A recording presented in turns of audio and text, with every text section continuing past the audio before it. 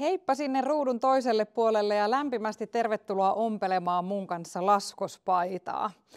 Tämä paidan malli on aivan ihana, löytyy multa nyt päältä. Eli tässä on runsaat laskostetut hihat, runsas kaulus ja sitten tämmöinen kaitale täältä helmasta, tai löytyy helmasta, minkä voit sitten pitää joko näin tai kääntää vaikka tänne sisälle, jolloin paidasta tulee vähän lyhyempi.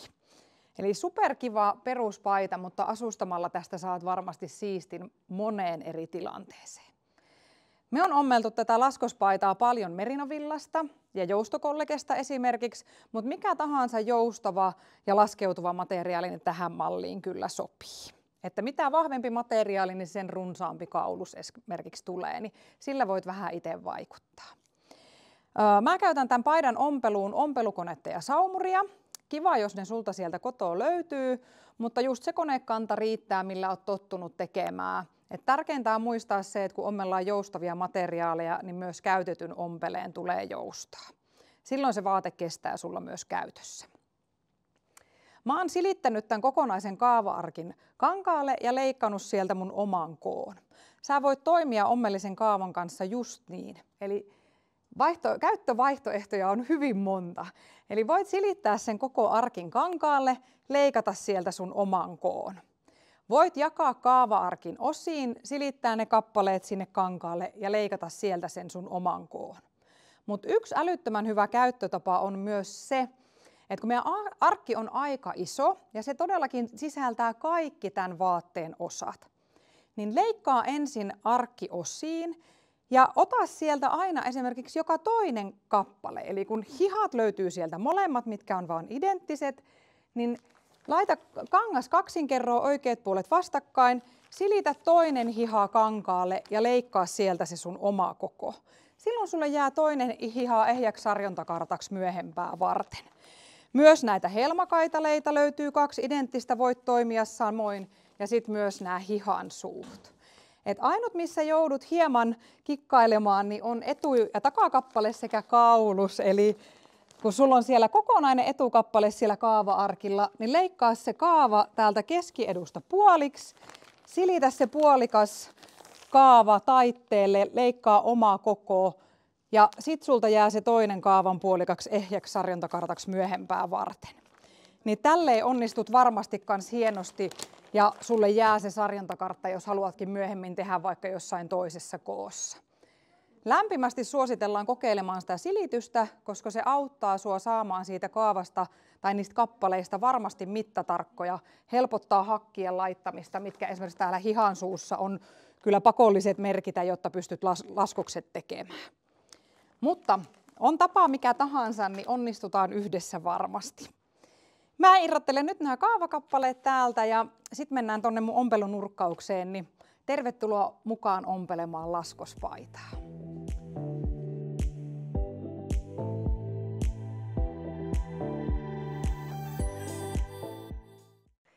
No niin, sitten kohti laskospaidan valmistumista. Tehdään ensimmäisenä tänne laskospaidan hihaan nämä nimenmukaiset laskokset ja tehdään ne ompelukoneen suoralla. Eli sulla on täällä tämä laskoksen nuoli ja laskoksen hakkimerkit, niin tavallaan aina sieltä nuolen pohjasta olevasta hakkimerkistä siirretään nuolen kärjen suuntaiseen hakkimerkkiin ja se laskosalue jää sinne taakse alle. Niin se on se meidän rytmi, millä lähdetään niitä tekemään. Eli täältä löytyy ensimmäinen hakkimerkki, niin nostetaan se tänne toisen päälle ja se laskos jää sinne alapuolelle. Niin tälleen tehdään nämä kaikki laskokset, mitä tässä hihansuussa on. Aina seuraava hakkimerkki nousee sinne laskoksen suuntaisesti hakkimerkin päälle. Täältä aika kivasti saadaan ne laskokset tulemaan. Tässä tosiaan kannattaa tarkistaa, että on varmasti ne hakkimerkit sinne saanut jollain omalla tavalla, joko saksilla tai jollain muulla tavalla merkattua, niin se kyllä helpottaa huomattavasti, että aika vaikea on vaikka mittanauhan kanssa tässä kohdassa pelata. Ja mullakin on muutama jäänyt sen verran pieneksi hakkimerkiksi, että joudun niitä täältä vähän etsimään, niin kannattaa tehdä ne merkinnät huolella. Näin. Sitten vielä viimeinen. tältä pitäisi suurin piirtein näyttää lopputulos ja tee samanlaiset laskukset toiseen hihansuuhun.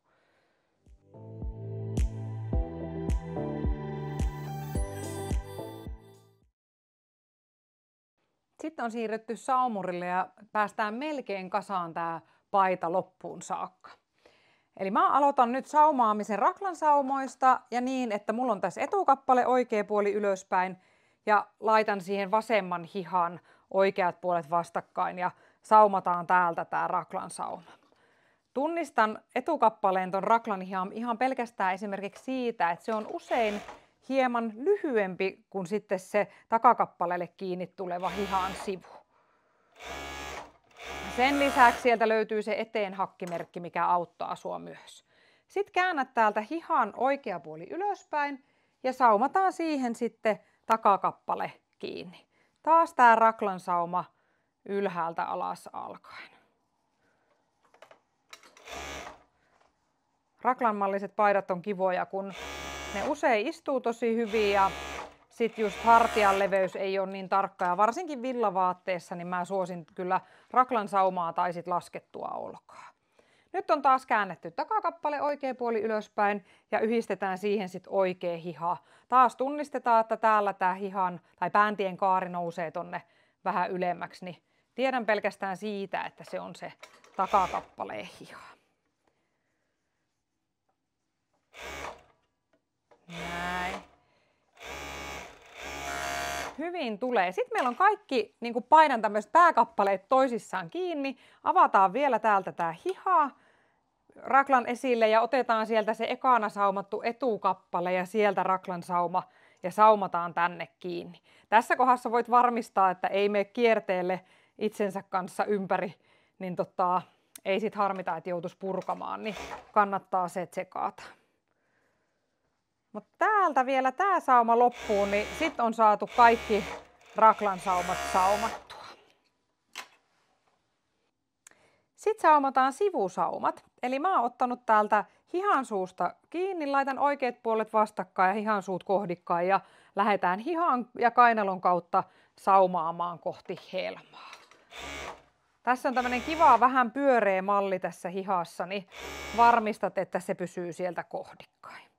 Me käännetään kainalossa saumanvarat niin, että etukappaleen puolella saumanvara kääntyy kohti hihaa ja takakappaleen puolella se kääntyy kohti miehustaa, niin silloin siitä sauman kohdasta tulee mahdollisimman litteä. Mutta saat kääntää ihan just siihen suuntaan, kun oot itse tottunut. Sitten mä otan aika lailla heti kainalon jälkeen täältä helmasta kiinni, kohdistan ne, niin tiedän, että sivusauma asettuu tasaisesti. Ja kun tämän sivusauma oot saanut saumattua, niin saumaa myös toinen sivu. Seuraavaksi saumataan kaulus kasaan ja kiinni pääntielle. Tässä mulla on tää isompi kauluskappale, mikä on niinku etupuoli ja sitten tämmönen vähän kapeampi, mikä tulee sinne taakse. Niin saumataan näistä nämä pystysivut yhteen. Eli laitat reunan kohikkaan ja saumaat sen sinne kiinni. Mä otan taas nyt jo aika äkkiä täältä toisesta reunasta kiinni ja saan sen asettumaan siihen tasaisesti, niin ei tarvitse siitä huolehtia. Ja saumataan heti tää toinenkin pystysivu, niin pääsen sitten näyttämään teille myös sen kauluksen, että pitää muistaa kääntää se myös oikein päin kaksin kerroin, että se on semmonen, mikä jossain videossa on tainnut multa unohtua, niin nyt ei unohdeta sitä. Eli täältä kun kaulus on saatu kokonaan kasaan, niin muista kääntää se oikein päin kaksin kerroin.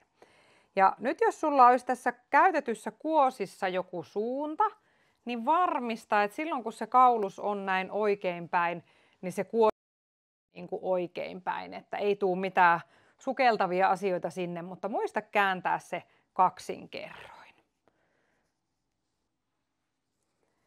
Sitten saumataan tämä kaulus vielä tonne pääntien sisään, eli pujotetaan se tonne pääntien sisäpuolelle. Mä otan heti täältä takakappaleen keskihakista kiinni ja kohdistan sen tänne paidan takakappaleen keskihakkiin. Pujautan sen kauluksen sinne sisäpuolelle ja tiedän, että se asettuu sinne hyvin. Aloitetaan saumaaminen täältä keskihakin kohdalta takaa. ja saumataan niin kuin renkaana täältä pääntien sisäpuolelta, niin silloin siitä tulee hyvä. Sun on helpompi saumata se täältä, niin se työ ei jää sinne saumuriompeleen alle. Mä kohdistan tuolta noi etuhakit heti ja tiedän silloin, että se kaulus asettuu siihen tasaisesti. Muista kääntää sauman varat sinne samaan suuntaan, mihin oot kääntänyt ne tuolla kainalossa, niin sitten ne saumat ei lähde sieltä kiertämään. Pyöräytetään vähän ympäri, niin saadaan kaikki asettumaan. Eli 3 kangasta, kaksinkertainen kaulus ja tämä miehusta pitäisi tässä kohdassa jäädä kaikkien sinne saumuriompeleen alle, niin ei tuu sitten virheitä. Näin.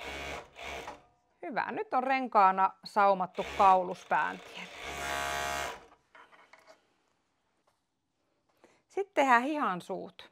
Eli laita hihansuun taas oikeat puolet vastakkain ja saumataan täältä tää pitkä sivu.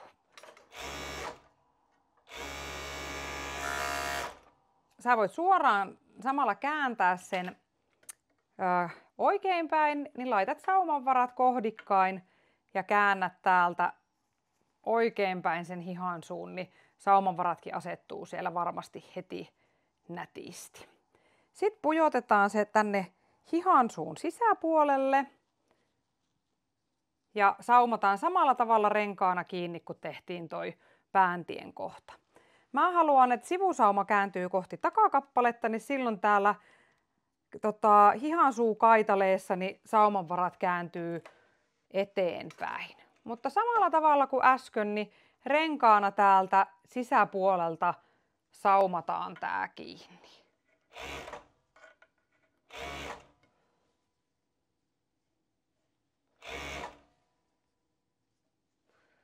Hyvä. Nyt huolehditaan, että laskokset pysyy mukana ja jää varmasti oikeille paikoille sinne, niin sen verran huolellisesti niin saat sen saumattua. Mutta taas kerran renkaana saatiin tehtyä ja tee samaa tonne toiseen hihansuuhun. Sitten vielä viimeisenä helmakaitale. Eli helmakaitaleet oikeat puolet vastakkain ja saumaa ensin täältä nämä lyhyet sivut.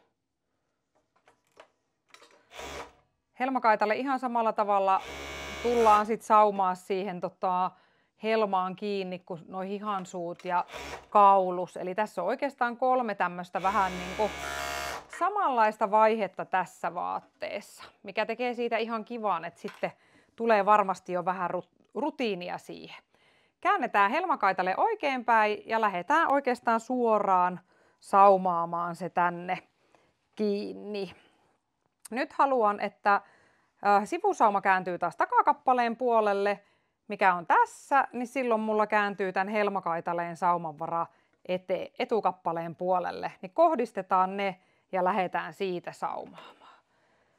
Nyt sulla toivottavasti löytyy pienet hakkimerkit sekä sieltä helmakaitaleesta, täältä, kun sitten täältä miehustasta, täältä, niin kohdistan ne ja tavallaan vartti kerrallaan niin saumaa se helmakaitale sinne kiinni. Että tässä jonkin verran joudut venyttää helmakaitaletta ja materiaali mitä käytät, niin luonnollisesti siihen vähän vaikuttaa. Eli sen mukaan, että tämä 4/4 kerrallaan on aika kiva tapa tehdä, koska sit sä varmistat sen, että se varmasti siihen riittää.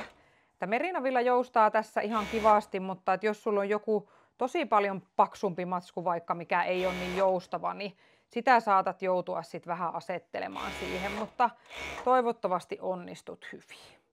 Sitten taas keskihakista kiinni ja kohdistetaan ne tänne miehusta hakkimerkkiin ja jatketaan. Kohta on 3/4 saumattu ja sitten seuraava tuleekin, niin rengas tulee valmiiksi, niin täältä saadaan näin. Syy siihen, että tämän helmakaitale ja miehustan leveydessä on jonkin verran eroa, niin on se, että haluttiin, että tämä pysyy tavallaan semmoisena paitamittaisena ja asettuu kauniisti siihen lantiolle, mutta sitten kuitenkin miehustassa on sen verran väljyyttä, niin siinä se pieni ero niissä.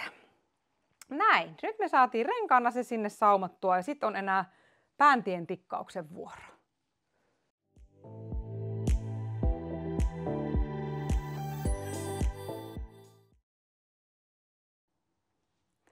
Sitten me on siirretty taas ompelukoneelle ja tikataan vielä pääntien ja kauluksen välinen saumanvara kiinni. Eli nostetaan painijalkaa ja pujotetaan kaulus täältä läpi niin, että päästään taas vähän niin kuin täältä pääntien sisäpuolelta tikkaamaan. Käännä se saumanvara tänne miehustan puolelle ja tikkaa noin painijalan päästä tuosta saumasta, niin se sinne kiinni. Tämän tikkauksen tarkoitus on vahvistaa tätä pääntietä. Kaulus on kuitenkin aika runsas ja merinovilla varsinkin tämmöinen vähän joustava materiaali, niin saadaan tästä sitten hyvin se tikattua, niin koko matka renkaana saadaan täältä pääntien sisäpuolelta tehtyä.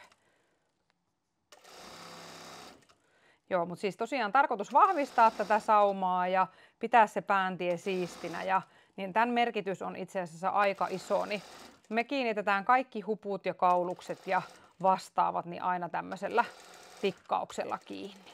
Sitten kun sä oot saanut sen renkaana tikattua, niin on aika tarkastaa, että mistä kaikkialta löytyy langanpätkiä ja sitten sen jälkeen käydä silittämässä se vaate ja sitten päästään sovittamaan, että minkälainen laskospaita tulikaan tehtyä.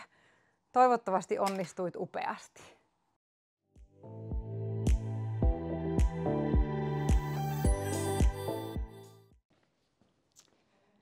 Ihana laskospaita saatiin just yhdessä valmiiksi.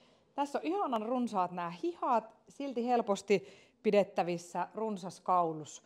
Ja sitten ylhäältä istuva, mutta alhaalta kuitenkin tämmöinen väljä. Itse tykkään paljon käyttää myös niin, että käännän tämän helmakaitaleen tänne sisään, että jos vaikka farkkujen kanssa tai muuta ja haluaa lyhyempää, niin toimii monella eri tapaa. Toivottavasti säkin onnistuit upeasti.